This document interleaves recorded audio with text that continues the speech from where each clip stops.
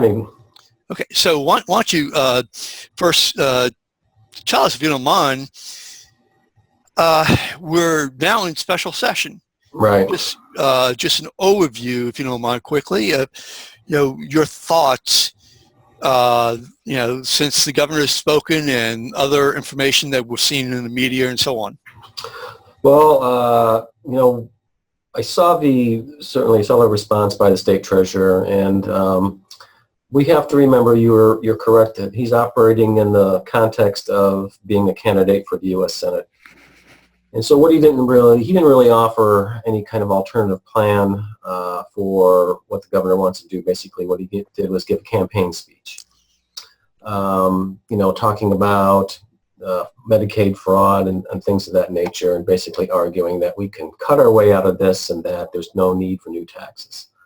Now, I mean, technically everything that he said was correct, but it was a misleading speech because most of what he discussed falls outside the general fund, right? We hear about this $25 billion budget that the state has, but out of that, $8 billion is what's considered to be the general fund, and $5 billion of that is dedicated towards public education. So that leaves about $3 billion for the legislature to work with. And so I think, that there was just certainly a lack of clarity in his response, and we have to remember that he's not working in the trenches on this issue. He's not in the legislature trying to deal with this situation. He's standing outside watching it with an eye on that U.S. Senate seat next year. Okay, so how much discretionary money then, as I understand, we have roughly, everything's dedicated, and we have roughly, I'm just going to ballpark, around $600 million that can be used, and part of that money is going to education and healthcare.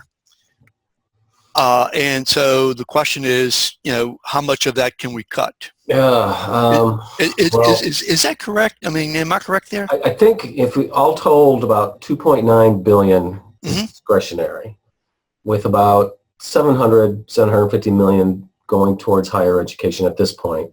The other parts going towards healthcare, to operate the hospitals, and then just to kind of run the general offices in the government. And so the difference, what's left though, is about $600 million. Right. And so there's really nothing left to cut. I mean, the only way you can start cutting and at least not completely butcher higher education is to undedicate some of those other areas of the budget. And so that's where the rubber's going to hit the road, whether the legislators are going to remove those statutory dedications, which then, of course, would step on the toes of various interests in the state. And so that's where it really gets dicey. Now, the Republicans have said that that the governor did not take in consideration what their plan is. So they sent a letter to him and requested that he consider certain items. I looked at the call and I didn't see anything that they couldn't do. I mean, dedication for one. I mean, that's in there. I think, when I saw that letter, that they had a whole laundry list of things that they wanted to do in the special session. And I think the governor's approach was, look, if we're trying to do all this in this one special session, that things are just going to get bogged down, and that's not what we need. We need to focus just on a couple of specific areas. And if you want to deal with those, what we need is revenue right now, according to what the governor is saying. We need, an increase in the sales tax, possibly an increase in income taxes, which of course no one wants. Especially him as a Democrat, sales taxes are anathema because sales taxes hit the poor the hardest. So I think his emphasis was just on a quick fix, get some revenue, and then we can deal with all these other big issues in the regular session.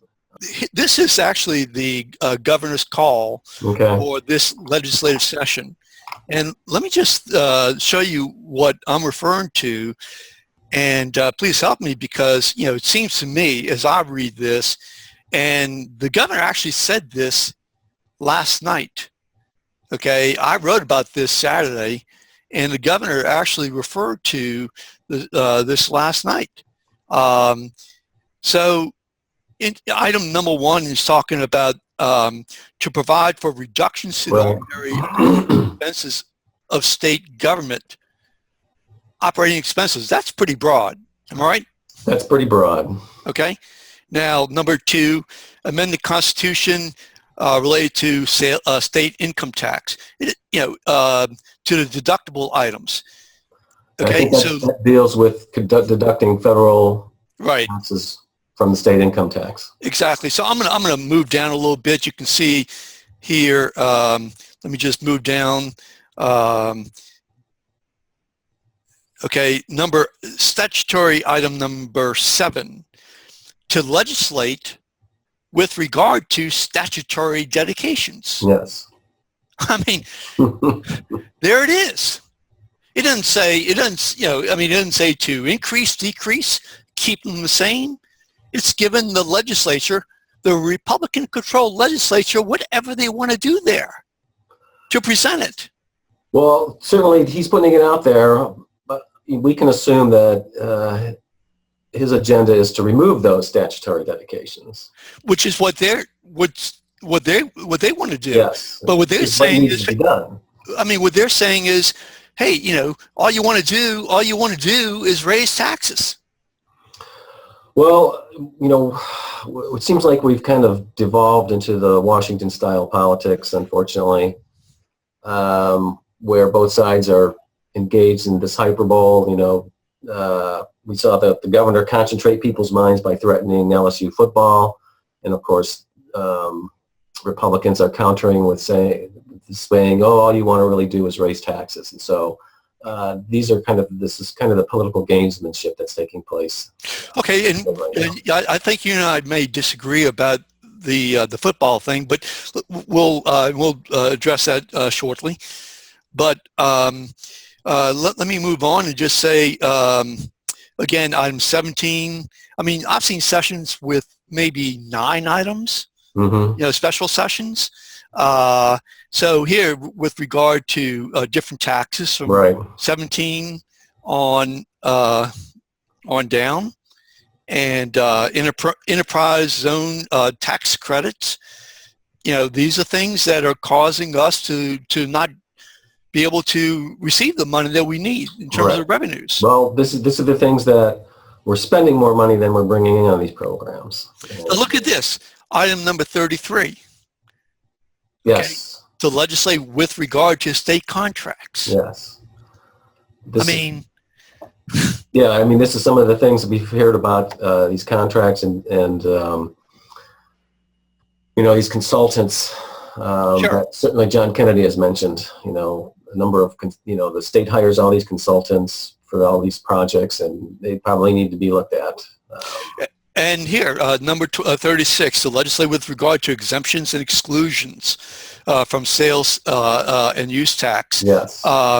So, I got to tell you, I mean, the fact that you can go after those dedications, the fact that you can go after the state contracts, it's in his call. Yes. I think he's done a very poor job of being able to articulate what, he mentioned it yesterday, but this has been out there for over roughly a week now, about 5 days. Well, you may be correct on that in terms of messaging, that his office has not been as probably productive as it could be, or as effective as he could be in communicating this message. But, sometimes it's, in politics, it's what you try and do is you try and define you're the other side. And I think it seems like maybe Republicans have kind of defined this special session much more clearly than the governor has.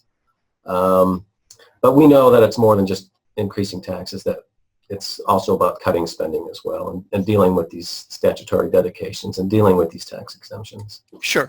So maybe the government needs to do a better job of marketing this. Well, it seems to me if he wants to get something passed, he's going to, I mean, if he wants to get his agenda passed, I should say, even close to it, then he definitely needs to do a better marketing job. The other side is doing just an incredible job. I saw, for an example, like you referred to, these threats, Yes. that he allegedly made